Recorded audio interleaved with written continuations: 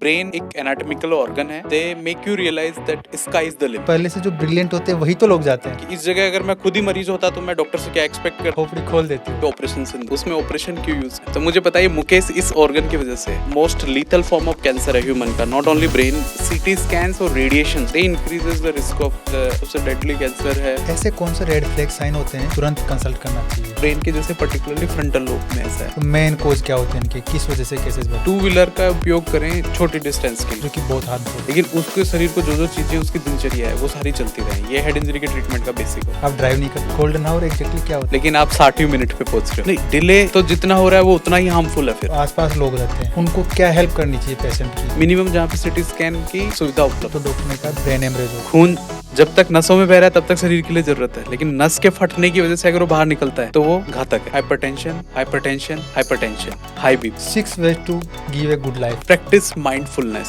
Mindfulness means just 1 घंटा ऐसा निकालो कि मुझे कुछ नहीं करना। अपनी इंडिया जैसी डेवलपिंग कंट्री एक तो डेवलप्ड कंट्री है जैसे बाहर की, तो इन दोनों में कितना डिफरेंस है? पिछले 1 साल में एक भी डेथ नहीं हुई रोड ट्रैफिक एक्सीडेंट, मतलब जिसके बारे में कोई भी बात भी नहीं करता। मैं इसमें तो दिल्ली और जयपुर में अंतर समझता हूँ। तो स्पेशली जैसे टू व्हीलर्स को हम देखते हैं कि कोई आपकी गाड़ी के सामने कब आ जाए। हर परिवार में से कोई 1% है जो कि या तो गल्फ कंट्रीज में, दुबई में, जिस चीज को बचाया जा सकता है उसमें पड़ना ही। सेम उनके साथ होता होगा। तो उस टाइम पे दोनों की सिचुएशन कैसे होती है? It is a blessing, most of the times it is a blessing. Not only life partner, वो कभी कभी हम साथ में मिलकर ऑपरेशंस भी करते हैं। जो कई सर्जरी 10 घंटे की होती है, कई होती है 6 घंटे की। एक दिन पहले स्टार्ट हो चुकी होती है मेरे दिमाग में। जैसे प्लास्टिक सर्जरी की तरह पता भी नहीं चले इनका ऑपरेशन भी हुआ है। दिमाग से आते हैं कि यस डॉक्टर साहब वी आर।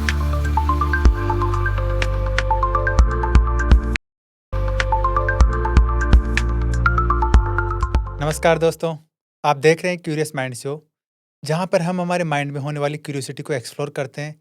और आज की हमारी क्यूरियोसिटी को एक्सप्लोर करने के लिए हमारे साथ हैं एक एक्सपीरियंस न्यूरोसर्जन। इन्होंने 10 सालों से ज़्यादा अपनी लाइफ डेडिकेट की है ब्रेन और स्पाइन सर्जरीज को समझने और ट्रीट करने में। इनका काम सिर्फ सर्जरी तक ही सीमित नहीं है, बल्कि लोगों को अवेयरनेस देना, रिसर्च करना और टेक्नोलॉजी को अडेप्ट करना है। दोस्तों आप सोचिए, जब एक इंसान एक्सीडेंट के बाद अनकॉन्शियस होता है, जब किसी पेशेंट को ब्रेन ट्यूमर होता है, तो एक फैमिली का सपना टूटने लगता है। उस वक्त जो इंसान उनकी ज़िंदगी के लिए लड़ता है वो है एक न्यूरोसर्जन। तो चलिए स्वागत करते हैं the man who deals with the human brain every single day. Welcome sir, आप हमारे शो में आए उसके लिए आपका बहुत बहुत धन्यवाद। Thank you. जो आपने शो का नाम बताया curious mind, I hope for next 1 hour हम जो डिस्कशन करेंगे वो आपके दर्शकों को भी पसंद आए। और आपको मैं ये बताना चाहूँगा कि जो माइंड और ब्रेन जो टर्म हम यूज़ करते हैं, जैसे धरती पे 8 बिलियन लोग हैं, 8 अरब लोग हैं, सब एक दूसरे से अलग हैं। मतलब 2 इंसान सेम नहीं है। That is because of their mind, कि सबका माइंड अलग अलग चलता है ना। और ब्रेन की अगर हम बात करें तो ब्रेन एक एनाटॉमिकल ऑर्गन है जो हमारे हेड में है और स्कल में है। और it is among all the brain सब में है, जैसे कि एनिमल से देखो। और most evolve form of brain जो ह्यूमन में है, human brain, that is structurally तो सब में सेम है, बट फिर भी हर इंसान दूसरे इंसान से अलग है। जैसे हार्ट अपन बदल के दूसरे का लगा देते हैं, किडनी दूसरे का लगा देते हैं, लिवर दूसरे का लगा देते हैं, लेकिन ब्रेन नहीं लगा सकते, because it is the mind which differentiate between 2 persons. तो ब्रेन एक एनाटॉमिकल स्ट्रक्चर के लिए हम टर्म यूज़ करते हैं, और माइंड जो एक इंसान है, जो हमारी आत्मा है, जो हमारे सोच से एक दूसरे से अलग होते हैं, उसके लिए हम माइंड यूज़ करते हैं। सर आपने एम्स न्यू दिल्ली से एमबीबीएस किया, एम्स न्यू दिल्ली से आपने पोस्ट ग्रेजुएशन किया सर्जरी के अंदर।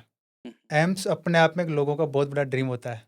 आपकी वहाँ की जर्नी कैसी रही, कैसा एक्सपीरियंस था आपका? मैं ये मानूंगा कि मैं 11 साल एम्स में रहा, और एक डिकेड जो बोलते हैं कि 10 साल में एक दशक होता है, वो मैंने एम्स में बिताया। और इट इज़ द मोस्ट, अगर ये मान लो कि इस लाइफ का, ह्यूमन लाइफ का बोलें, तो मेरा सबसे बड़ा अचीवमेंट है कि मैंने अपनी मेडिकल की पढ़ाई जो इंडिया के सबसे प्रीमियर इंस्टीट्यूट एम्स से करी। एम्स में जब मेरा एंट्रेंस हुआ था 2005 में, उस साल that was the golden jubilee year of AIIMS, कि 50 साल हुए थे एम्स को पूरे। अच्छा। एंड बाय लक जब मैं निकला 2015-16 में, वो न्यूरोसर्जरी डिपार्टमेंट के गोल्डन जुबली थे कि 50 ईयर्स। तो मैंने और दोनों साल जब मैं गया था उस साल भी, क्योंकि जब 50 साल पूरे होते हैं किसी भी इंस्टीट्यूट के तो वो बहुत सारी एक्टिविटीज़ करते हैं बहुत, तो मेरा लगाव और भी स्पेशल रहा एम्स से। जो मैंने एम्स को समझा, जैसा हम तैयारी करते वक्त पढ़ते हैं कि एम्स कैसा कॉलेज है एक क्यूरियसिटी में, तो उससे भी एक्सपेक्टेशंस से उससे भी बेहतर, उससे भी इंटेलिजेंट टीचर्स, कलीग्स जो साथ में पढ़ने वाले दोस्त थे, सब brilliant, cream of the cream of India. Education के टाइम पे भी मज़ा आया और ट्रेनिंग के टाइम पे भी हमेशा यही फीलिंग आती थी, शायद वर्ल्ड में अगर कोई आप सबसे बेस्ट ट्रेन हो रहे हो उस सब्जेक्ट के लिए, तो वो ट्रेनिंग आपको मिल रही है, वो फैसिलिटीज़ आपको मिल रही है, and they make you realise that sky is the limit, कि आपके लिए आसमान छूने का अवसर है, आप छू सकते हो अगर आप अपनी कैपेबिलिटीज़ और डेडिकेशन रखते हैं। तो एम्स आपको प्लेटफॉर्म देता है कि there is no upper limit that how much you can achieve in this field. Sir अभी आपने बताया एम्स न्यू दिल्ली ब्रिलियंट बनाती है लोगों को। लेकिन मेरा एक चीज़ मानना है कि एम्स या कोई सा भी बड़ा इंस्टीट्यूट हो, वो कैसे ब्रिलियंट बनाता है? वहाँ पे तो लोग पहले से जो ब्रिलियंट होते हैं, वही तो लोग जाते हैं। तो उसमें जैसे आप कई लोग कहते हैं कि वहाँ के टीचर्स ने हमें ब्रिलियंट बनाया, टीचर्स कहते हैं कि हम यहाँ से ब्रिलियंट लोग बना के निकालते हैं। वहाँ पे तो ऑलरेडी ब्रिलियंट जा रहे हैं, जिनका दिमाग बहुत अच्छा है।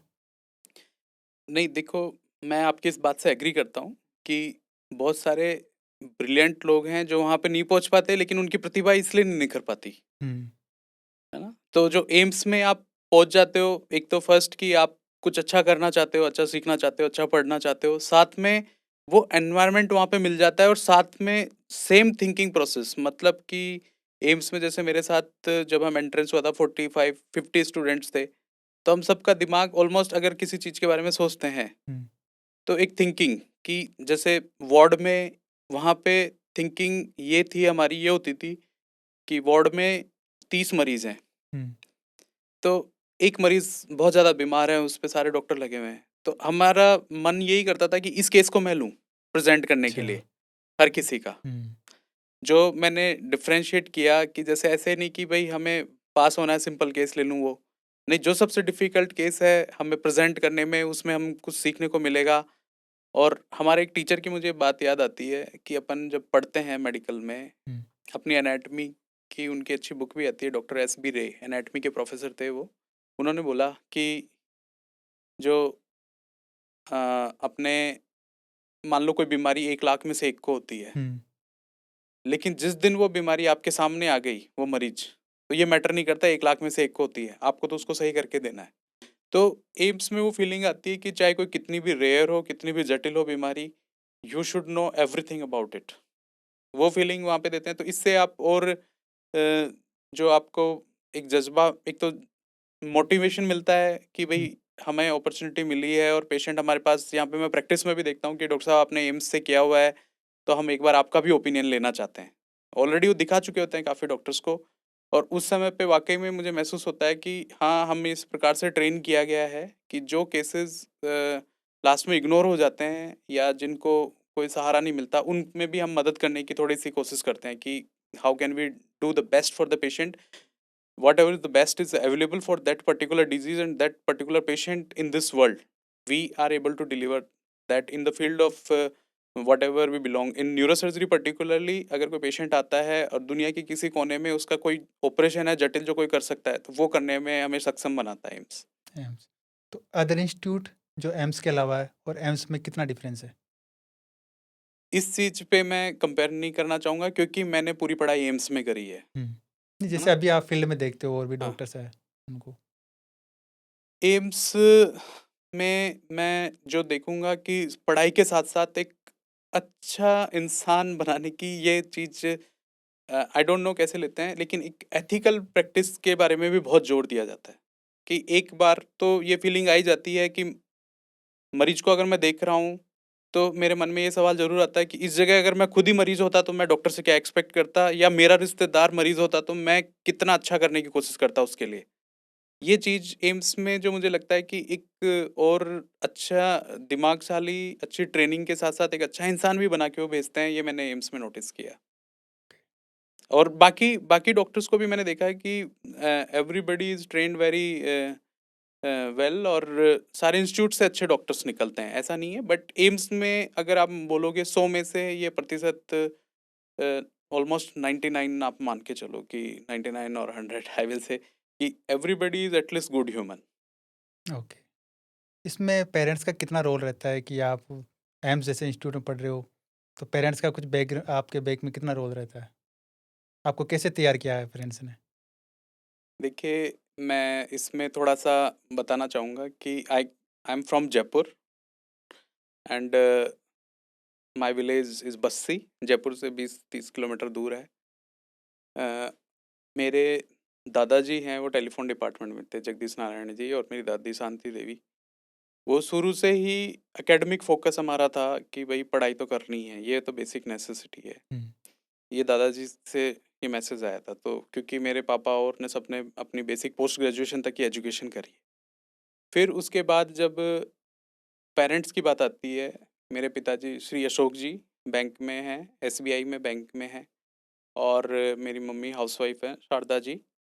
तो उनमें उन्होंने हमेशा मतलब कि जैसे मेरे एग्ज़ाम्स रहते थे जब स्कूल में पढ़ते थे उस टाइम पे, तो एक सैक्रिफाइस पेरेंट्स का नज़र आता था कि भई वो अपने से ऊपर हमें रख रहे हैं, हमारी पढ़ाई को या हमारी एग्ज़ाम्स को रख रहे हैं। कोई भी जैसे कोई फंक्शन हो, कुछ भी हो, उसमें हमारी पढ़ाई डिस्टर्ब ना हो आने-जाने में, या फिर जो हमें कोई भी कहीं पे भी एग्ज़ाम देने जाना है, तो मोस्टली देखते हैं कि अपन देखते हैं कि एग्ज़ाम से 1 दिन पहले जा रहे हैं, रात में सोने की जगह नहीं है, वो सारा इंतज़ाम हुआ मिलता था कि हुँ, कोई बुक है, ये सारी चीज़ें। अब तो ख़ैर इंटरनेट भी आ गया है, तो इसलिए काफ़ी चीज़ें बदल गई पढ़ाई में, लेकिन उस टाइम पे क्या था कि कुछ अच्छी बुक्स जयपुर में मिलती नहीं थी। दिल्ली से जैसे कुछ, और कुछ हिंदी मीडियम के लिए होती थी, कुछ इंग्लिश मीडियम के लिए होती थी। वो बुक्स यहाँ पे नहीं होती थी। 2004-5 की बात कर रहा हूँ, जब कोचिंग इतना ज़्यादा प्रिवलेंट नहीं था। आपको था खुद ही को नहीं कुछ। ढूँढना पड़ता था कि भई लोग क्या पढ़ रहे हैं। एम्स के लिए जैसे कोई एक ह्यूमन बायोलॉजी करके बुक आती थी, वो एम्स के ही डॉक्टर्स की लिखी हुई थी प्रिपरेशन के लिए, तो वो यहाँ मिलती नहीं थी। तो दिल्ली से जैसे मँगवाई, पिताजी ने लाके दी कि भई ये पढ़ लो आप, है ना? तो इस प्रकार से उनकी डेडिकेशन नज़र आती थी। और जब मैं ये देखता हूँ कि वो, ये तो एम्स में एंट्रेंस तक का था। अब मैं न्यूरोसर्जरी में देखता हूँ तो एक बेसिक डिसिप्लिन लाइफ में होना बहुत ज़रूरी है हुँ, कि आप किस टाइम पे उठ रहे हो, किस टाइम पे आपका खाना-पीना तरीका, सोने का। ये भी मुझे पेरेंट्स से बहुत सीखने को मिला कि जो मैं मेरी मदर को स्पेसिफिकली, जैसे वो किचन जो मैनेज करती हैं, वो ही चीज़ हम ऑपरेशन थिएटर में करते हैं थोड़ा-सा और स्किल और स्टेरिलिटी के साथ। मतलब कि हर चीज़ फिक्स टाइम पे हो जाए, इतना अनुपात रहे, कुछ कम ज़्यादा कुछ नहीं, बिल्कुल हर दिन सेम चीज़ें, एक रूटीन को फ़ॉलो करना, वो मैंने मदर से बिल्कुल। सीखा है। और टाइम की पाबंदी कि इतने समय पे करना है, फिक्स समय पे उठना है, फिक्स समय पे सो जाना है अपना, ये मदर से सीखा है। और पापा का रोल ये था कि अगर एक शॉर्ट टर्म पे सैक्रिफाइस भी करना पड़ता है, तो उसको नहीं देखना चाहिए, लॉन्गर विज़न जो कि सबके लिए मददगार हो, वो उसके लिए एम करना है। सर, एक ब्रेन होता है, बहुत इम्पोर्टेंट ऑर्गन होता है। हर इंसान कुछ भी काम हो रहा है दुनिया के अंदर, सब ब्रेन से हो रहा है। आप ब्रेन को ओपन कर देते हो, खोपड़ी खोल देते हो, कैसी फीलिंग होती है आपकी उस टाइम पे? देखो, इसमें जो आपने टर्म बोली खोपड़ी खोल देते हो, ये टर्म मैं अगर बोलूँ, इसको मैं थोड़ा-सा आपके माध्यम से दर्शकों को बताना चाहूँगा जी। कि अभी हाल ही में इंडिया में एक टर्म यूज़ हुई, ऑपरेशन सिंदूर। हुँ, उसमें ऑपरेशन क्यों यूज़ किया गया? वर्ड ऑपरेशन क्यों यूज़ किया गया? Operation means precision, pin point. हुँ, आपको सब कुछ पता है, इन्फॉर्मेशन आपके पास सारी है, बस हमें ये टारगेट करना है। ओके? तो खोपड़ी खोल देते हो, ये एग्ज़ैक्ट टर्म नहीं है न्यूरो सर्जरी के लिए। इट इज़ ऑपरेशन, जो सर्जिकल ऑपरेशन होता है, न्यूरो सर्जरी होती है, हुँ, इट इज़ वेरी प्रिसिज़न और हज़ारों साल की ह्यूमन संरचना की स्टडीज़ के ऊपर बेस्ड कि इस पॉइंट से आप एंट्री करोगे तो कोई नुकसान नहीं होगा, हुँ। कोई नया नुकसान नहीं होगा, और आप पिन पॉइंट डिजीज़ को आइडेंटिफ़ाई कर लेते हो एमआरआई से और उस जगह की सर्जरी करते हो। ये बेसिक न्यूरो सर्जरी का आजकल डिस्क्रिप्शन है हुँ, कि खोपड़ी खोल देते हो। मैं आज की तारीख में मेरे बताता हूँ कि कुछ ऑपरेशंस जो मैं करता हूँ ब्रेन के, वो तो ये मान लो कि हेयर ट्रांसप्लांट वाला पेशेंट से पहले तैयार हो जाते हैं कि we are back to normal. अच्छा, हेयर ट्रांसप्लांट वाले पेशेंट को भी 10-15 दिन की छुट्टी लेनी पड़ती है। हमारे पेशेंट्स वो बोलते हैं कि तीसरे चौथे दिन हमें लगता है कि we are normal, return to normal. अच्छा। तो एक तो ये है। अब दूसरी बात, जो रियल में थ्रिल, चलो आपने स्कल हटाया, ब्रेन देखा, तो इट इज़ रिस्पॉन्सिबिलिटी। देखो, मुझे पता है कि इस ऑर्गन में इस पर्सन की याददाश्त हैं, इसकी यादें हैं, इसके घर वाले, ये जो भी ये इंसान है इसकी वजह से है। समझ लो हम मानते हैं कि कोई एक्स इंसान है मुकेश, हुँ, मुझे उसका ऑपरेशन करना है, तो मुझे पता है ये मुकेश इस ऑर्गन की वजह से है। तो ये एक ऐसी रिस्पॉन्सिबिलिटी फील होती है कि जस्ट मिनिमम से मिनिमम मरीज को कुछ भी दूसरी चीज हुए, उसकी जो मेन प्रॉब्लम है, चाहे क्लॉट हो, चाहे ट्यूमर हो, या कोई गांठ हो, उसको हम निकाल दें और बिल्कुल नॉर्मल वैसे की वैसे ही, जैसे पहले की तरह हो। एक तरीके से बोलते हैं ना, प्लास्टिक सर्जरी हो गई, बिल्कुल पता हुँ, ही नहीं चल रहा, बिल्कुल हुँ। वैसा करने की ब्रेन की प्लास्टिक सर्जरी के ये रेस्पॉन्सिबिलिटी फील होती है जब भी मैं कोई स्कल को अगर ओपन करता हूँ सर्जरी के लिए, कि पेशेंट को जस्ट एम ये रहता है कि 1-2 महीने बाद मैक्सिमम टू मैक्सिमम ये भी ना लगे कि मेरा ऑपरेशन भी हुआ है। अच्छा, अभी आपने एक टर्म यूज़ की ट्यूमर, ट्यूमर के बारे में थोड़ा एक्सप्लेन करोगे आप? हाँ, देखो, ट्यूमर क्या होता है कि it is a unnecessary part, like uncontrolled growth of cells, हुँ, है ना?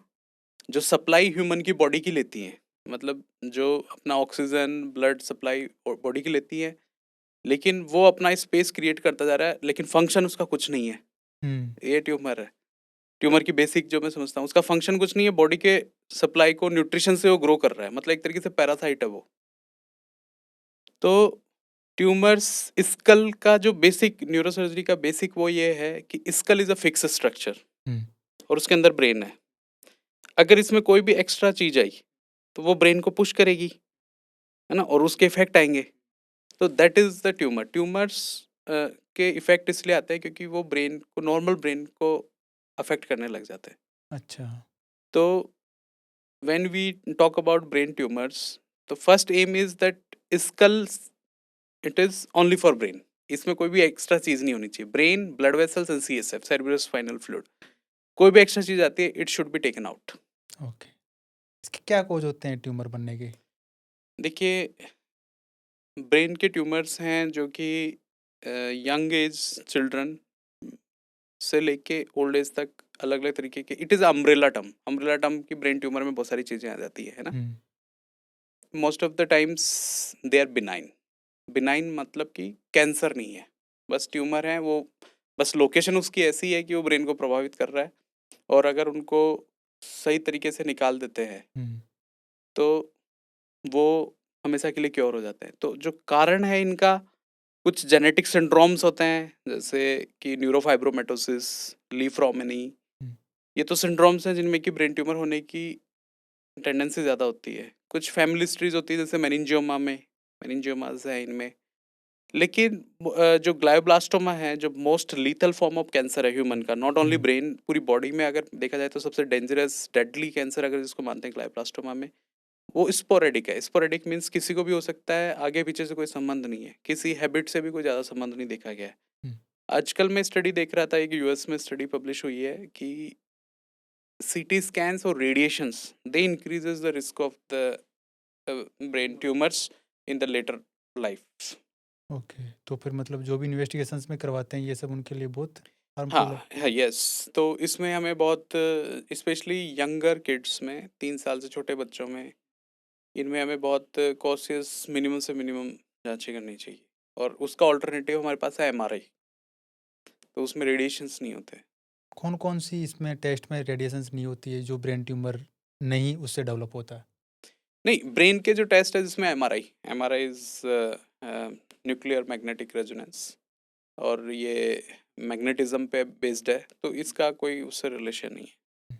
अभी आपने बताया मैलिग्नेंट जो सबसे कॉमन है, इसके अलावा और कौन-सा टाइप होता है इसका?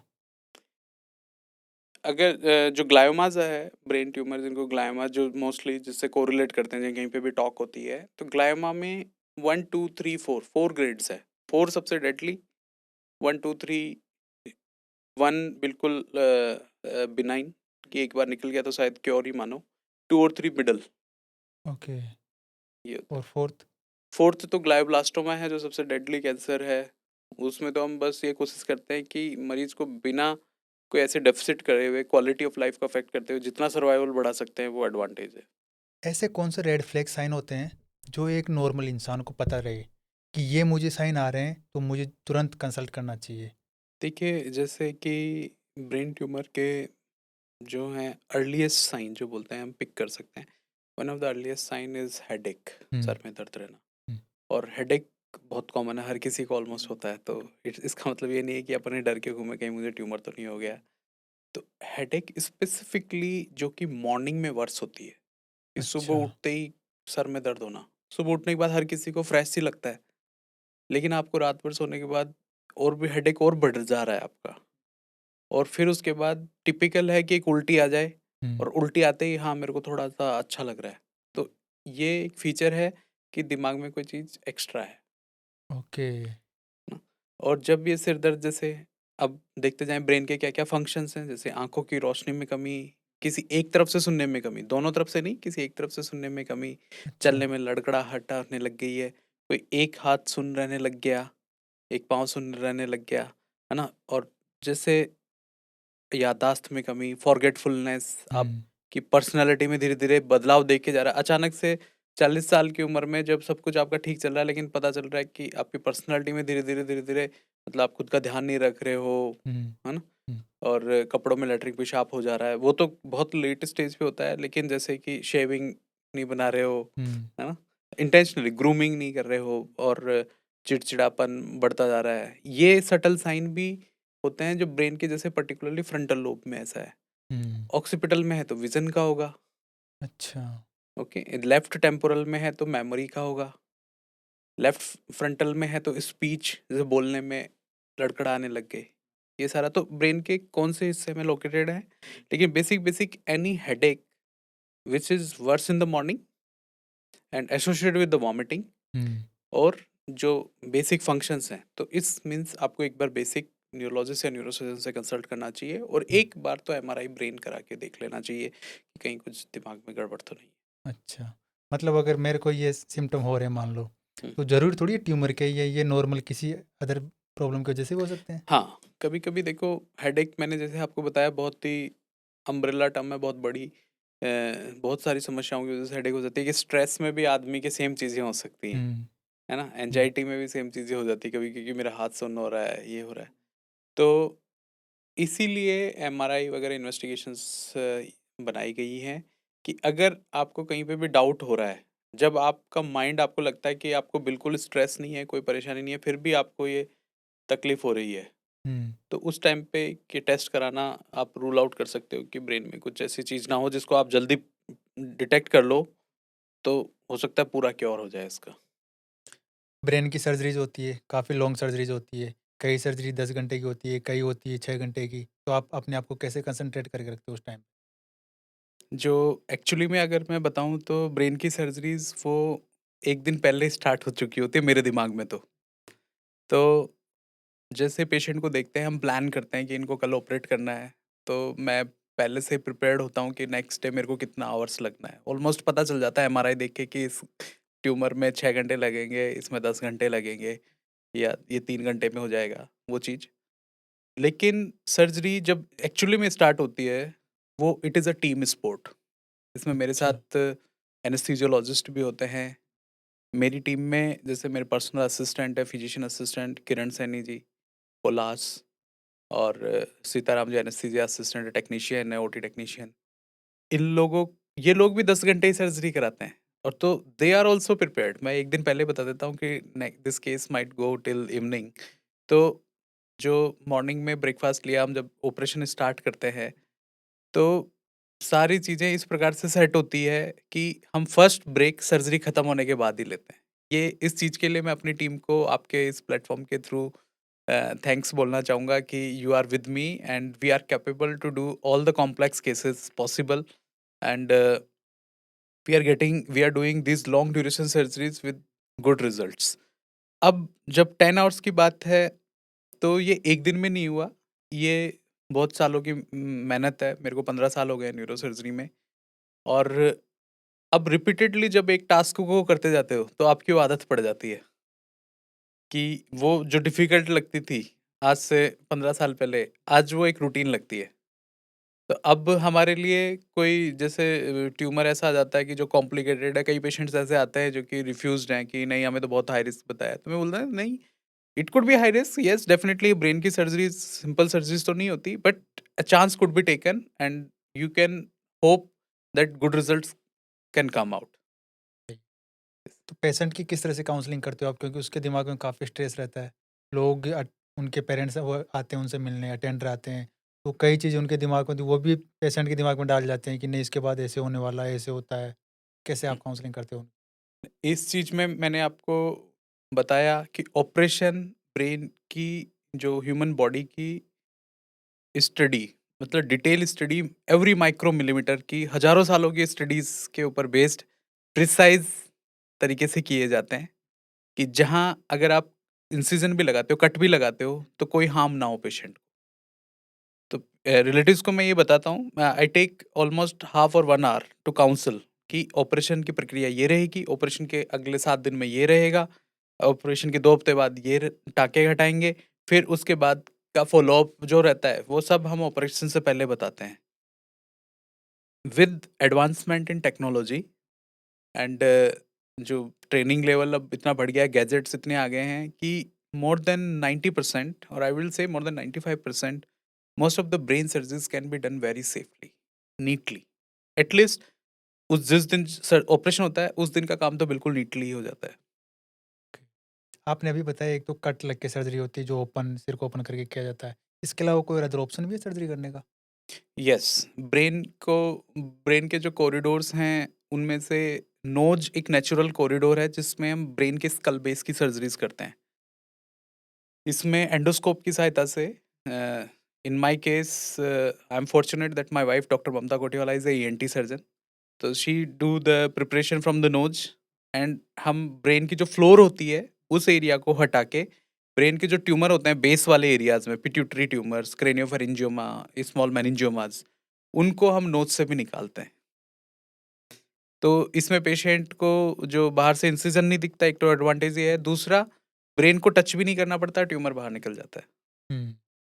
और सर्जरी होने के बाद में पेशेंट की कंडीशन कैसी होती है? क्योंकि लोग कहते हैं कि हेडेक रहता है बहुत ज़्यादा, जिसका सिर एक बार ओपन हो गया वो कभी ठीक नहीं होता। तो ये मिथ है या सच है? आप ये मैं मिथ मानूंगा क्योंकि ऑपरेशन से पहले जो तकलीफ होती है ब्रेन ट्यूमर से, वो बिल्कुल भी बयान नहीं की जा सकती। मतलब वो अगर किसी के दिमाग में समझ लो एक ट्यूमर है, गांठ है, तो एक तरीके से वो आदमी सेम नहीं है, उसको कहीं ना कहीं वो ट्यूमर प्रभावित कर रहा है। हुँ। और ऑपरेशन के इंसिजन्स मैंने आपको बताया कि इस प्रकार से दिए जाते हैं कि उनमें कोई दर्द नहीं होता है। स्पेशली जो स्कैल्प वाले इंसिजन्स है, इसमें पेशेंट को ऐसा नहीं कि उसकी वजह से हेडेक नहीं होती है, हेडेक के हजार कारण होते हैं, लेकिन उनकी वजह से स्पेसिफिकली हो, ये इंसिजन वाला पार्ट तो हेयर ट्रांसप्लांट जैसा ही है कि हेयर ट्रांसप्लांट में भी अपना कट लगता है। हुँ। बाकी जो, यस, पुराने ज़माने में होता था पूरा सर को बाल हटा दिए जाते थे, अब हम बाल भी नहीं हटाते हैं, हेयर स्पेयरिंग सर्जरीज़ करते हैं, तो कॉस्मेटिक, और इवन कॉस्मेटिक रिजल्ट्स भी अब तो हम इतना कोशिश करते हैं बिल्कुल एक तरीके से प्लास्टिक सर्जरी की तरह, पता भी नहीं चले इनका ऑपरेशन भी हुआ है दिमाग का। हुँ। और अ, अभी उतना पहले की तरह ऐसा डर जो है न्यूरोसर्जरी का निकल गया है, पेशेंट्स खुद से आते हैं कि यस डॉक्टर साहब वी आर विलिंग। जिनमें अभी इतनी जागरूकता नहीं है, उन पेशेंट्स को भी हम काउंसल करते हैं। लेकिन मोस्टली क्योंकि मैं न्यूरोसर्जन हूँ, तो पेशेंट हमारे पास 3-4 डॉक्टरों से पहले मिल चुका था आने से पहले, और मुझसे तो आके ही बोलता है कि क्या आप इस चीज़ को ऑपरेशन करके निकाल सकते हो? तो मेरा काम उतना, ये वाला पार्ट इतना डिफ़िकल्ट नहीं रहता, वो खुद से एग्री होते हैं। बस हाँ, कुछ को लगता है कि हाँ, इतने रिस्क हम नहीं लेना चाहते या इतने रिस्क हम लेना चाहते हैं। But most of the times जो ब्रेन की बीमारी की वजह से मरीज को ऑपरेशन से पहले दिक्कत होती है, वो ऑपरेशन के बाद होने वाली दिक्कतों से बहुत कम है। हुँ। तो उसमें रिकवरी टाइम कितना होता है? ऑपरेशन होता है, 90% ऑफ केसेस सेम डे होश में आ जाते हैं, लेकिन जो ड्रेन की पाइप्स होती हैं उनको हम 24 टू 48 आवर्स रखते हैं।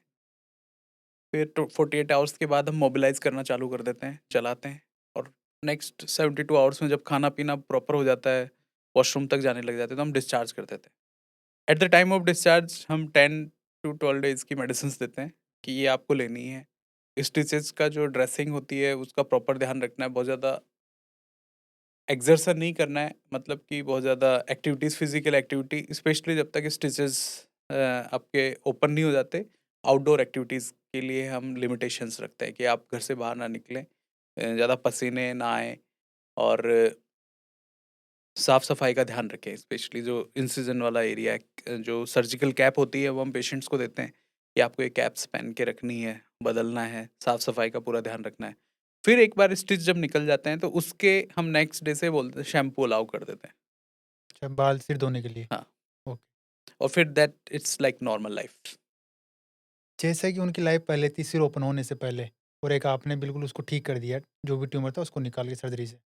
उसके बाद में पहले जैसी नॉर्मल लाइफ कितने दिनों में हो जाती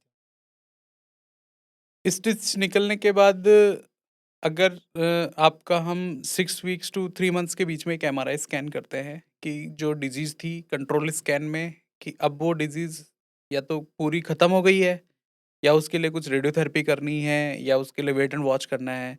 जिसकी पूरी ख़त्म हो गई वो तो नॉर्मल, वो दोबारा दिखाने भी नहीं आते उसके बाद। मोस्टली दवाइयाँ 3 महीने पे स्टॉप भी हो जाती है। जिनको रेडियोथेरेपी वगैरह करानी है, वो रेडियोथेरेपी कराते हैं, medical oncologist, surgical radiation oncologist से मिलते हैं। और जिनका ऐसा है कि रेडियोथेरेपी भी नहीं होनी, पूरी ख़त्म भी नहीं हुई, उनको वॉचफुल ऑब्जर्वेशन के लिए बोलते हैं हम कि 6 मंथ्स टू 1 ईयर में एक बार आके दिखा के जाना, और ईयरली बेसिस पे एमआरआईज़ करवाते हैं उनका। है? अच्छा। एक बार जिसका ट्यूमर आपने सर्जरी से निकाल दिया, क्या दोबारा उसको ट्यूमर होने के चांसेस है? ये देखो, अगर लॉन्ग टर्म पे फ़ॉलो अप करें, there are chances, but first जो एमआरआई होती है, उससे मोटा-मोटा पता लग जाता है कि आपको अगले 6 महीने में करानी है, 1 साल में एमआरआई करानी है, और जिसके 2-3 साल तक एमआरआईज़ क्लीन आते रहते हैं। फिर उसके बाद हम कह सकते हैं कि भई अब आपको कभी दिक्कत हो तो ही एमआरआई करवाना, otherwise you are disease free. अच्छा। फिर आपके पास यहाँ से जाने के बाद ऐसे कौन से प्रिकॉशंस उनको यूज़ करनी चाहिए लाइफ टाइम के लिए, जो कि उनको हमेशा अवॉइड करनी चाहिए? स्पेशली जिनकी ब्रेन की सर्जरीज़ होती हैं, उनको एपिलेप्सी की, मिर्गी के दौरे आने की रिस्क रहती है। तो उस केसेस में हम उनको जो एंटी एपिलेप्टिक मेडिकेशंस देते हैं, वो मेडिसिन्स लेनी है। और एक बेसिक प्रिकॉशंस ये रखनी है कि ऐसी लाइफ़स्टाइल जियो, जैसे ऐसा नहीं हो कि आप बहुत लाउड म्यूज़िक या सो नहीं रहे हैं। एक रेगुलर लाइफ़स्टाइल जीने की हम सलाह ज़रूर देते हैं। क्योंकि उससे ब्रेन को जो आपका एक बार एक्सपोज़ हो चुका है, मिर्गी की रिस्क हमेशा रहती है। अगर आपने थोड़ा-सा ये लाइफ़स्टाइल पे ध्यान नहीं दिया, तो वो रिस्क होने की संभावना रहती है। तो अगर आप खाना-पीना, सोना, रेस्ट का ध्यान रखते हो, तो नॉर्मल आदमी की तरह रह सकते हो। कभी आपको कोई ऐसा केस याद है जो आपको लगा हो कि नहीं ये तो बिल्कुल इम्पॉसिबल है, सर्जरी इसकी बिल्कुल पॉसिबल नहीं है, और उसको आप बिल्कुल ठीक करके घर भेजो? क्योंकि मैंने जहाँ तक आपके बारे में पता किया है, आपके पेशेंट की अभी तक मोर्टेलिटी रेट बिल्कुल ज़ीरो है। कोई पेशेंट एक्सपायर ना हुआ आपका ठीक किया हुआ। तो ये बहुत खुशी की बात है। हाँ, नहीं, thank you very much, but zero नहीं है, ऐसा कुछ केसेज़ हुए हैं। Hospital mortality I can say कि ऑलमोस्ट ज़ीरो। हाँ, कुछ हॉस्पिटल कुछ मोर्टेलिटी हाँ, जब कि तक आपके अंडर हाँ, एडमिट है। हॉस्पिटल में थे, कुछ घर पे जाने के बाद कुछ महीने की, जिसमें बीमारी इतनी गंदी है। तो इसमें ऐसे 4-5 ऑपरेशंस हैं, जैसे कि मैंने राजस्थान में पहला डोलेंस अप्रोच किया था, कावासे डोलेंस अप्रोच, और सक्सेसफुल आउटकम के साथ। मरीज़ अभी तक बिल्कुल ठीक है। और एक बार वैसा ही ऑपरेशन मैंने एक जायंट एन्यूरिज्म के लिए किया था, जिसमें 70 से 80% ऑन टेबल मोर्टेलिटी है। हुँ। वो लेडी अभी तक बिल्कुल ठीक है। अ, और अभी एक रिसेंटली किया है जायंट ओल्फैक्टरी ग्रूव मेनिंजियोमा, बहुत बड़ा ट्यूमर था, मोर देन 6 सेंटीमीटर, मतलब एक क्रिकेट की बॉल से भी बड़ा ब्रेन में। उसका ऑपरेशन किया, गाँठ निकल गई, और सबसे मज़े की बात ये है कि ऑपरेशन के बाद वो परफेक्टली नॉर्मल हो गई हैं। मतलब कॉस्मेटिक भी इतना अच्छा आया, कट भी नहीं दिखता, आँखों की रोशनी नॉर्मल हो गई उनकी। तो that was like a miracle. और फैमिलीज़ आर सुपर सैटिस्फाइड कि उन्होंने उम्मीद नहीं करी थी। वो जस्ट ये सोच रहे थे एक बार ऑपरेशन हो जाए, बच जाए। उन्होंने उम्मीद नहीं करी थी कि बीमारी भी जड़ से खत्म, और मरीज़ इंसान पहले के जैसा बिल्कुल। How do you feel because you are the first RMC registered neurosurgeon MCH? तो कैसा फील होता है? RMC registered 6 years 6 neurosurgeon year MCH 6 year की होती 6 इयर्स। ये वेस्टर्न पैटर्न पे एम्स में ये डिग्री होती है, जिसमें आपको बहुत ज़्यादा, मतलब डायरेक्ट आप न्यूरोसर्जरी में ही घुसते हो एमबीबीएस के बाद। तो उसमें क्या है कि जब न्यूरोसर्जरी में एक तरीके से मान लो आपका जन्म ही न्यूरोसर्जरी में हुआ, आपने कुछ और बॉडी में बाकी पार्ट्स के बारे में बेसिक तो पढ़ते ही हैं एमबीबीएस में, लेकिन शुरू से जब आपको एबीसीडी है तो ब्रेन को आप इस तरीके से देखते हो कि मुझे उसके बारे में ए टू जेड सब कुछ पता है। चाहे वो टॉप ऑफ द स्कल की बात करो, बैक पोस्टीरियर फोसा के बारे में बात करो, स्कल बेस की बात करो, ट्रांसनेजल की बात करो, सर्वाइकल रीजन की बात करो, स्पाइन की बात करो, brachial plexus injuries, even in सब चीज़ों में न्यूरोसर्जरी की जो बुक में जितने चैप्टर्स होते हैं उन सब जितने ऑपरेशंस पॉसिबल्स हैं उन सब के बारे में ट्रेन किया जाता है इसमें। और मैंने एमबीबीएस एम्स से किया था। आरएमसी में जब मैंने फर्स्ट टाइम ये डिग्री लेके गया तो उन्होंने बोला हमारे पास तो डिग्री आज तक पहले कभी आई नहीं है। फिर उन्होंने एम्स से क्रॉस चेक किया तो एम्स ने बताया कि ये स्पेशली डिजाइंड वेस्टर्न पैटर्न पे बेस्ड इंटीग्रेटेड कोर्स है 6 इयर्स का और वी आर डूइंग इट। तो तब मुझे पता चला कि आरएमसी ने बोला कि आप फर्स्ट कैंडिडेट हैं जिनका 6 इयर्स न्यूरोसर्जरी में यहाँ पे रजिस्ट्रेशन हुआ है। एक माइंडफुलनेस वर्ड होता है, ये काफ़ी चर्चित वर्ड है। इसके बारे में आप थोड़ा बताओगे? माइंडफुलनेस वर्ड के बारे में मैं अभी पिछले 1 साल से बहुत फ्रिक्वेंटली ऑलमोस्ट डेली बेसिस पे एनकाउंटर कर रहा हूँ और मैं मेरे पेशेंट्स को भी चाहे कितना भी बिजी हूँ मैं पेशेंट्स को 10-15 मिनट्स देता हूँ इसके बारे में समझाने के लिए। Mindfulness like live in the moment, उसी पल में जीना। और अगर मैं समझाना चाहूँ आपके ऑडियंसेस को और आपको भी, माइंडफुलनेस इज लाइक कि अगर अपन एक दूसरे से बात करें तो बस अपन इस रूम के बारे में ही सोच रहे हैं। ऐसे नहीं कि इस रूम में आने से पहले क्या चीज़ हो गई, क्या है या इसके बाद क्या होगा, उसी मोमेंट में रहना। और दिन में कम से कम भी नहीं तो अगर आधा 1 घंटा भी अगर आप निकालते हो, शुरू में आप 5-10 मिनट 15 मिनट से करो, आप जहाँ पे भी बैठे हो बस उसी पल में जीने की कोशिश करो। तो इससे ब्रेन का ये रेस्ट ही नहीं है, ब्रेन की रिकवरी भी होती है। लेकिन ये आज की बिजी लाइफ में तो बिल्कुल इम्पॉसिबल है ना? तो ये इम्पॉसिबल है। और ये जो brain, do you know what is the most expensive thing in this world? The brain का, जिसका आप ब्रेन में कुछ भी भर सकते हो। आज की जो बिजी लाइफ है ना, जो ट्रायज वर्ड अपन इमरजेंसी में यूज करते हैं कि भाई आज पढ़ने के लिए बहुत कुछ है, लेकिन यू शुड नो कि कौन सी बुक से पढ़ना है मुझे। पहले एक ही किताब आती थी, आपने वो पढ़ ली, आप हो जाओगे। अब 10 किताबें हैं सेम चीज के लिए। तो यही चीज है कि आपको ये फिगर आउट करना पड़ेगा। इंटेलिजेंस आज की तारीख में सिर्फ पढ़ना लिखना ही नहीं है, आपको ये भी क्या पढ़ना है, कितना पढ़ना है, कहाँ से पढ़ना है। तो माइंडफुलनेस इस सेंस में हम ऐसे बात कर सकते हैं कि आपको, जैसे आपने दिन में 15 मिनट अपना सोशल मीडिया के लिए दे दिया, 15 मिनट ईमेल के लिए दे दी, ऑफिशियल वर्क के लिए, तो आपको इलेक्ट्रॉनिक गैजेट्स बस उसी में ख़त्म करने। दोस्तों से बात करने का एक टाइम है फिक्स, फ़ोन पे घर वालों से अगर दूर रह रहे हैं तो एक फिक्स टाइम पे, ऐसे नहीं पूरे दिन भर ही चेक करते रहे कि इस टाइम पे मैसेज करता है। तो एक वो शेड्यूल बनाओ कि घर पे भी पता है कि हाँ 8 बज गए, अब इस पे बात कर सकते हैं इवनिंग में। तो एक इससे क्या होता है कि स्ट्रक्चर बनती जाती है और आपको पूरे दिन भर ये नहीं होता कि हर 5 मिनट में मैसेज आप देखते रहे हो और फिर उसके बहाने रील देखने लग गए। तो इस तरीके से माइंड को डिटॉक्स मैं बोलूँगा इसको, कि मिनिमम से मिनिमम यूज़ करो आप गैजेट्स का। क्योंकि जो फ्री टाइम पहले लोगों को अपन देखते हैं कि जो गाँव में कैसी भी लाइफ़स्टाइल जियो, उनको खाने-पीने का कुछ नहीं पता, लेकिन 90-90 साल के हुए हैं, बैठे हैं पीपल के पेड़ के नीचे बैठे हैं, है ना? तो हाँ। दिन में वो चीज़ महसूस करना, दैट इज़ इम्पोर्टेंट कि बस हम अब इस पल में मुझे कुछ नहीं करना, रिलैक्स खुद के लिए। सर, आपकी मोर्टेलिटी रेट पेशेंट की बिल्कुल ज़ीरो है। लेकिन कई बार फिर भी कोई पेशेंट ऐसा होता ही है कि उसको बिल्कुल बचा पाना मुश्किल है, बिल्कुल नामुमकिन है। तो उस टाइम पे आप कैसे डील करते हाँ, देखो कई बार ऐसे पेशेंट जिसका बच पाना मुश्किल है या जिसको कोई उम्मीद नहीं है, वो आपके पास किसी स्ट्रॉन्ग रेफ़रेंस से ही आता है। या तो पहले आपने किसी पेशेंट का ऑपरेशन कर रखा है कि भाई कोई उम्मीद हो तो वहाँ जा सकते हो। आप करते भी हो पेशेंट की फैमिली का भी, और वो पेशेंट की फैमिली का पूरा ट्रस्ट होता है। वो आपसे नहीं पूछते कि कितना खर्चा लग रहा है, क्या है। वो ऐसे सोचते हैं कि अगर हमें कुछ बन सकता है इस केस में तो आप हमें कुछ दो निकाल के। उसके बावजूद हम बेस्ट एफर्ट करते हैं, पेशेंट या तो बेड रिडन रह जाएँ या आउटकम उतना ना आए जितना कि जिसकी हम उम्मीद करके चलते हैं। उस सिचुएशन में एक पल के लिए तो यस सैडनेस फ़ील होती है बहुत। Not only for the patient, patient family also, कि आप मैंने ऐसे-ऐसे जैसे ऑपरेशन करके या जिस दिन ऐसा लगता है कि कोई पेशेंट को हम डिस्चार्ज करते हैं, रिज़ल्ट उतना नहीं रहता, हुँ। डेफ़िनेटली उस रात हमें भी नींद नहीं आती है। और ऐसा भी हुआ है कि मतलब लाइक पेशेंट इम्प्रूव नहीं कर रहा, लेकिन आप ऐसी सैडनेस के समंदर में चले जाते हो। उस मोमेंट्स में हमें यही ध्यान रखना पड़ता है कि आपने जितने मरीज़ जिनमें के अच्छे आउटकम आए हैं, हुँ। है ना? कभी-कभी बीच में there are learning is lifetime, और उन केसेस से लर्न करके आगे अगर कोई पेशेंट उतना कॉम्प्लिकेटेड आता है, तो उसमें हम कैसे वो कर सकते हैं, इस चीज़ को लेके मैं मोटिवेशन रखने की कोशिश करता हूँ कि अदरवाइज़ तो there are moments in which the grief is endless.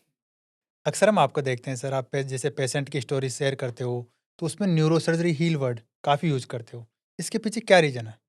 Basically जो पेशेंट्स हमारे पास आते हैं, वो इतने दुःख, दर्द या पीड़ा में होते हैं, और जो ऑपरेशन के बाद जो वो हीलिंग का अनुभव करते हैं, कि जो उनके जीवन में बदलाव होता है, कि इससे न्यूरोसर्जरी होने से पहले का जीवन और बाद का जीवन, तो वो एक ऐसा अनुभव होता है। हुँ। तो पेशेंट्स खुद बोल के जाते हैं कि जो हमें जीवन दूसरा मिला है, उसके लिए बहुत-बहुत धन्यवाद। तो और ये एक अवेयरनेस के लिए भी कि न्यूरोसर्जरी तभी करी जाती है, जब हमें उसके अच्छे रिज़ल्ट दिख रहे होते हैं। अच्छा। तो जब सही समय पे, सही तरीके से न्यूरोसर्जरी की जाती है, तो रिज़ल्ट बहुत अच्छे होते हैं। इसलिए मैं मरीज़ों को ये संदेश देना चाहता हूँ कि right help at right time by right doctor, neurosurgery gives do the wonders, and neurosurgery heals is the fact. India जैसी डेवलपिंग कंट्री में हेड इंजरी के केसेस काफ़ी बढ़ रहे हैं, स्केल बहुत बड़ा है। तो जो हेड इंजरी के अपने इंडिया जैसी डेवलपिंग कंट्री, एक जो डेवलप्ड कंट्री है जैसे बाहर की, तो इन दोनों में कितना डिफरेंस है और क्यों? नहीं, आपने बोला कि इंडिया जैसी डेवलपिंग कंट्रीज़ है और जो डेवलप्ड वर्ल्ड है, इनमें बहुत बड़ा डिफरेंस है इस चीज़ में। जो डेवलप्ड वर्ल्ड में हेड इंजरी का एक कारण होता है रोड ट्रैफिक एक्सीडेंट। अगर आप देखोगे तो अगर विदेशों में जो वाक़ई में टॉप 10 कंट्रीज़ हैं, यूरोप में, यूएसए में, हेड इंजरी का most common cause is sports, not accident, अच्छा। कि एडवेंचरस स्पोर्ट्स, हुँ। कि आप स्कीइंग कर रहे हैं, उसमें ये है। और कई डेवलप्ड वर्ल्ड ऐसे हैं, जैसे कि फ़िनलैंड है एक कंट्री जो कि हर रैंकिंग में आप देखो, ह्यूमन डेवलपमेंट, हैप्पीनेस, एजुकेशन, उसमें टॉप 5 में है। वहाँ पे उसकी कैपिटल है हेलसिंकी। पिछले 1 साल में एक भी डेथ नहीं हुई है रोड ट्रैफिक एक्सीडेंट से। अच्छा। तो कंट्री के इंफ्रास्ट्रक्चर का, ट्रैफिक रूल्स को कितना फ़ॉलो करते हो, आपके जो ह्यूमन सिविक सेंस है, उसका बहुत बड़ा रोल है इस हेड इंजरी या रोड ट्रैफिक एक्सीडेंट्स को प्रिवेंट करने में और इसको घटाने में। इंडिया में अपने सब चीज़ों का कॉम्बिनेशन है। थोड़ा-सा लोगों में जल्दीबाजी का सेंस ज़्यादा रहता है। सड़कें जो जिस प्रकार से है, जितनी जनसंख्या है उसके अनुपात में वहाँ पे भी ट्रैफिक जैम्स, ट्रैफिक केओस जिसको बोलते हैं, कि कोई किस लेन में चल रहा है, किस लेन में चल रहा है, वो ज़्यादा है। तीसरा, जो अपने यहाँ पे व्हीकल अपन यूज़ कर रहे हैं, जैसे कि उसमें भी जो सेफ्टी मेजर्स हैं, वो उतने नहीं होते, जैसे सीट बेल्ट, एयर बैग्स, ये सारा। तो इसलिए इंडिया और डेवलपिंग कंट्रीज़ में रोड ट्रैफिक एक्सीडेंट एक साइलेंट एपिडेमिक है। मतलब जिसके बारे में कोई भी बात भी नहीं करता। हुँ। एक एजुकेशन का भी बहुत फ़र्क पड़ता है। यस, जैसे मैं इसमें तो दिल्ली और जयपुर में अंतर समझता हूँ। दिल्ली में आप गाड़ी चलाओगे तो आपको बस एक लेन में गाड़ी चलानी है। वो ऑटोमेटिकली आपको अपने डेस्टिनेशन पहुँचना है, वहीं पे कोई ओवरटेकिंग ये वाला लेन जंप करने का नहीं है। जयपुर में देखो, तो स्पेशली जैसे टू व्हीलर्स को हम देखते हैं कि कोई आपकी गाड़ी के सामने कब आ जाए। तो वो वाली चीज़ बहुत अनप्रेडिक्टेबिलिटी है। और मोस्टली जो अभी मैं जयपुर में प्रैक्टिस में देखता हूँ कि जो खतरनाक केसेस आ रहे हैं, वो टू व्हीलर्स वाले ज़्यादा आते हैं। टू व्हीलर राइड कर रहे हैं। एक चीज़ और देखी सर, जैसे मैं केरला गया हुआ था, तो अपने यहाँ राजस्थान में केरला में इतना डिफरेंस है, वहाँ पे एजुकेशन लेवल अच्छा है। हुँ, हुँ। तो वहाँ पे जैसे एक ही लेन के अंदर अगर गाड़ियाँ चल रही है, तो उसमें ऐसे होता है एक तरफ बाइक चलेगी, एक तरफ फोर व्हीलर चलेगी। Yes, yes. अगर फोर व्हीलर की जगह टू व्हीलर वाले में बिल्कुल खाली होगा, तो कोई फोर व्हीलर वाला उसमें नहीं लाएगा, वो उसकी लेन में लगा रहेगा, चाहे 1 किलोमीटर लंबी लाइन क्यों ना हो। यस, ये एक चीज़ है, इसका एक्सप्लेनेशन आपको दिमाग में आया इसका एक्सप्लेनेशन क्या है? एजुकेशन। एजुकेशन भी, दूसरा केरला में से लोग सबसे ज़्यादा विदेश जाते हैं इंडिया से। तो जैसे अगर हर परिवार में से कोई एक पर्सन है जो कि या तो गल्फ कंट्रीज़ में, दुबई में, सऊदी अरेबिया या जो यूके, न्यूज़ीलैंड है, उधर गया हुआ है। तो वहाँ पे अगर जैसे 6 महीने रह लिया तो उसको ऑटोमैटिकली लग जाता है कि यार इसी प्रकार से ही चलना है। तो एक ये सेंस हो सकता है कि इसका डिफ़रेंस हो। दूसरा यस डेफ़िनेटली वहाँ पे एजुकेशन लेवल ज़्यादा है, अवेयरनेस ज़्यादा है लोगों में कि जिस चीज़ को बचाया जा सकता है उसमें पढ़ना ही क्यों? हुँ। हेड इंजरी के होने के बाद में अपने ब्रेन में या हेड में ऐसे क्या चेंजेज़ होते हैं साइंटिफिक लेवल पे जो कि बहुत हार्मफुल है? देखो, फर्स्ट डैमेज जो इसके हेड इंजरी के first damage is at the site of impact, कि एक तो ये हो गया कि भई आपने हिट हो गया कोई, समझ लो हेड से। तो फर्स्ट डैमेज तो उसको जो डायरेक्ट इम्पैक्ट से हुआ वो हुआ।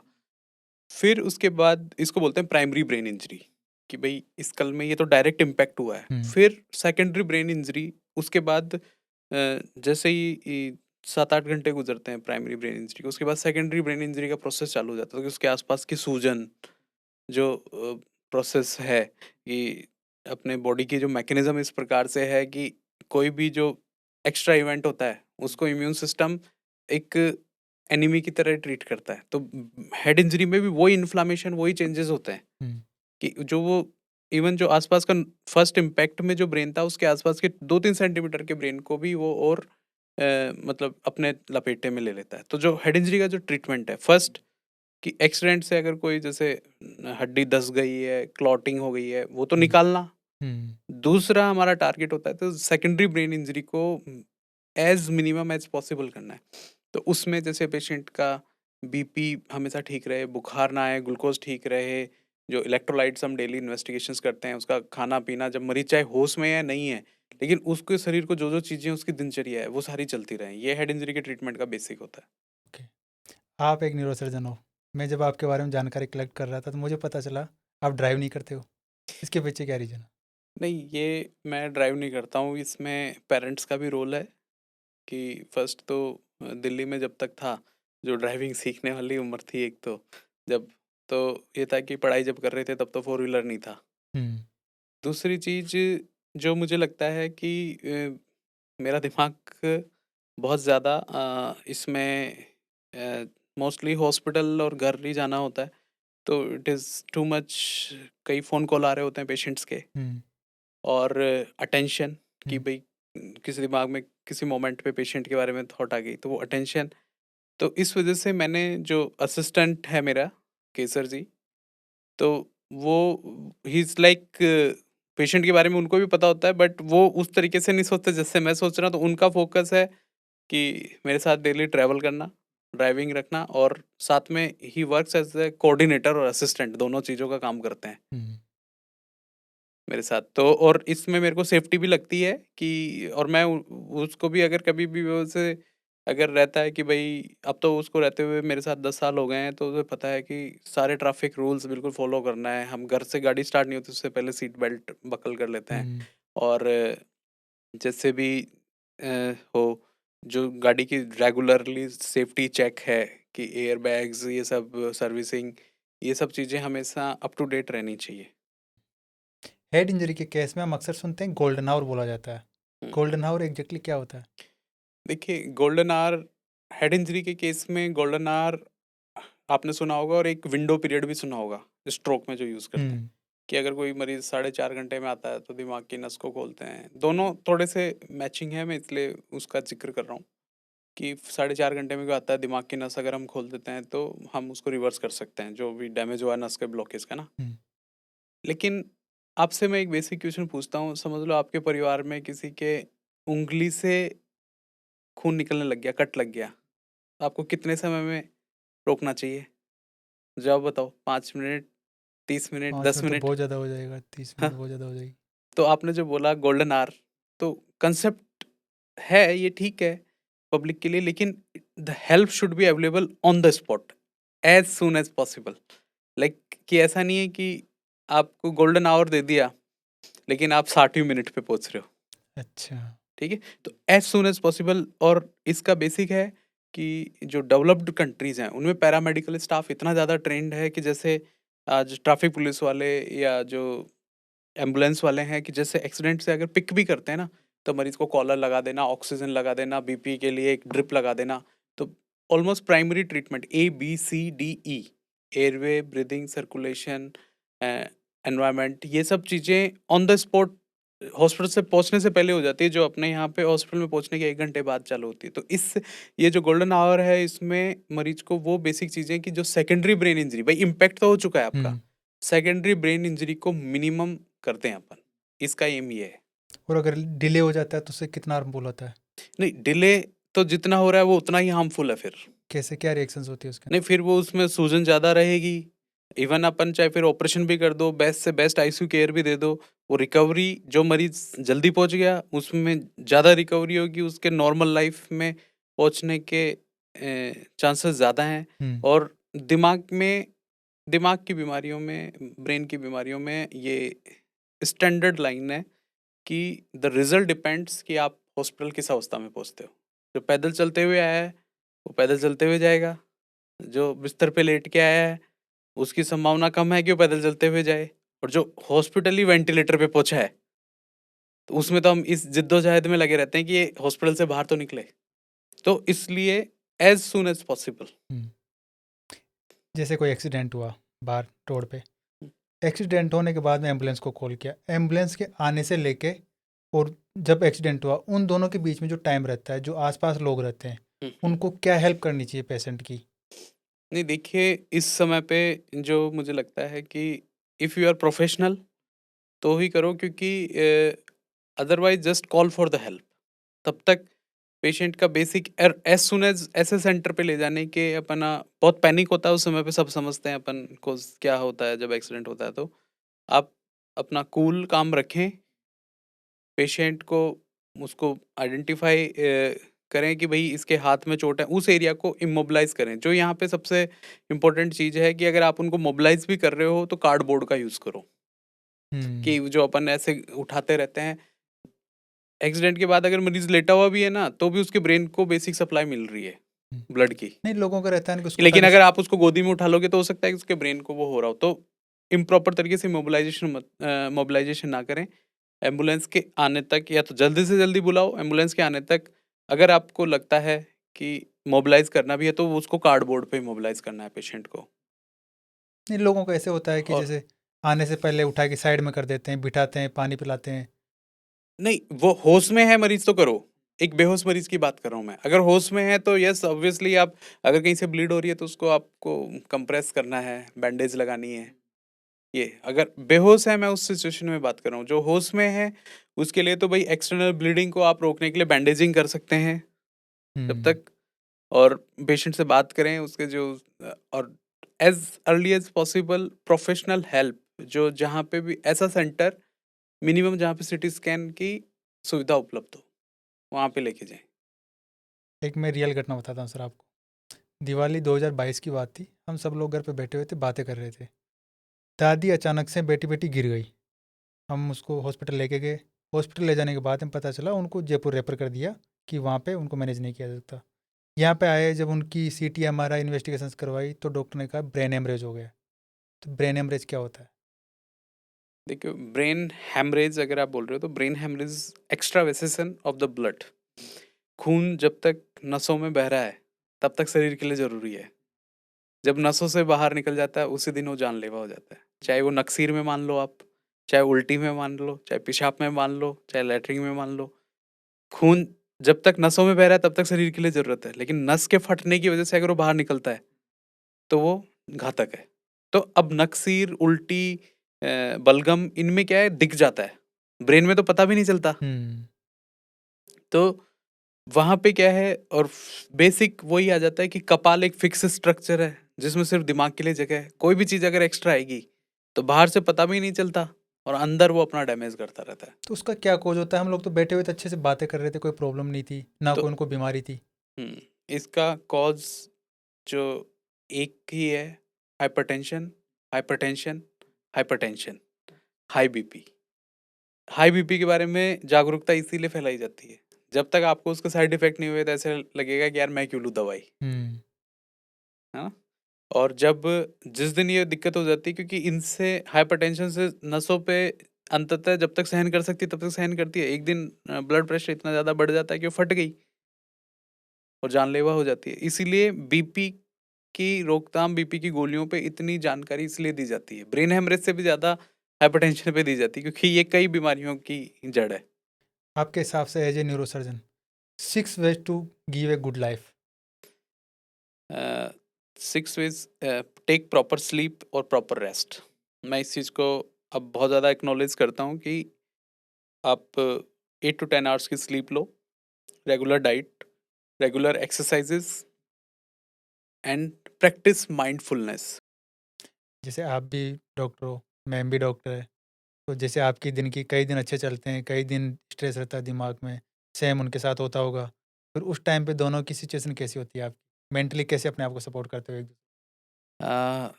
देखो, it is a blessing, most of the times it is a blessing that doctor Mamta Kotiyala ENT specialist हैं, तो नॉट ओनली लाइफ पार्टनर, वो कभी कभी हम साथ में मिलकर ऑपरेशंस भी करते हैं, जो नोज से करते हैं हम पिट्यूटरी ट्यूमर का ट्रांसस्फिनोइडल सर्जरीज जो करते हैं उसमें हम साथ में करते हैं ऑपरेशन।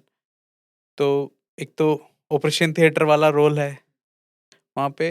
अब बाकी घर पे अ, ये बताने की ज़रूरत नहीं पड़ती कि कौन से दिन स्ट्रेस ज़्यादा है और कौन से दिन हम रिलैक्स कर सकते हैं या हम वैकेशन बनाने जा सकते हैं। तो ये चीज़ का एडवांटेज है कि डॉक्टर लाइफ पार्टनर होता है, तो वो ऑटोमेटिकली समझ में आ जाता है। थैंक यू सर, आप हमारे पॉडकास्ट में आपका वैल्यूएबल टाइम दिया आपने। उसके लिए आपका बहुत-बहुत धन्यवाद।